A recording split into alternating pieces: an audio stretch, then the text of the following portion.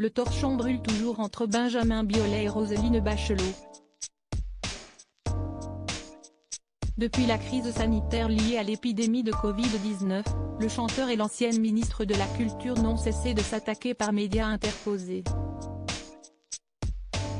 La sortie du dernier livre de la femme politique, 682 jours, le bal des hypocrites, n'a rien arrangé à la guéguerre déjà présente entre les deux protagonistes. Et pour cause, dans cet ouvrage, Roselyne Bachelot a dénoncé l'attitude de certains artistes, qu'elle juge hypocrite, avant de citer clairement Benjamin Biolay, artiste parmi les plus friqués avec une tartine bien beurrée des deux côtés selon l'ex-collègue Éric Dupond-Moretti. Invité du podcast de Chavannes cherche copain. Le 18 avril dernier, Roselyne Bachelot a une nouvelle fois taclé l'interprète de Mon héritage.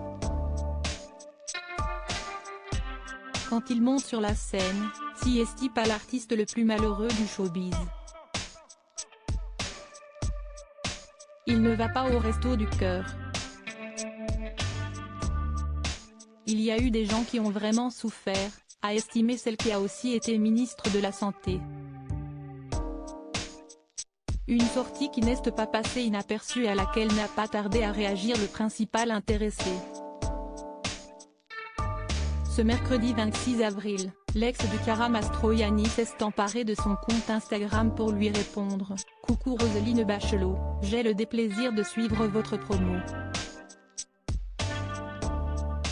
La riposte va être bien salée, des deux côtés du chipster », a-t-il écrit en préambule, avant de poursuivre « J'ai hâte de répondre en toute franchise aux questions concernant votre best-seller. Un petit mot, avant de finir, sur Resto du Cœur, malheureusement ils ne m'ont jamais invité.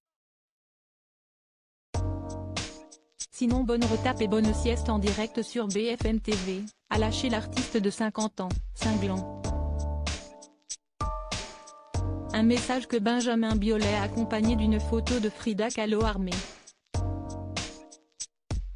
Le ton est donné. Supérieur à Benjamin Biolay, qui sont les fans de sa vie.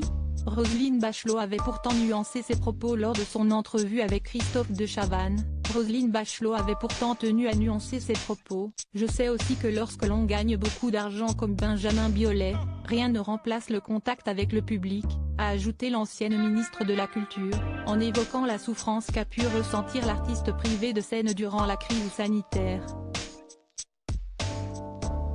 Ça je suis capable de le comprendre, a affirmé Roselyne Bachelot.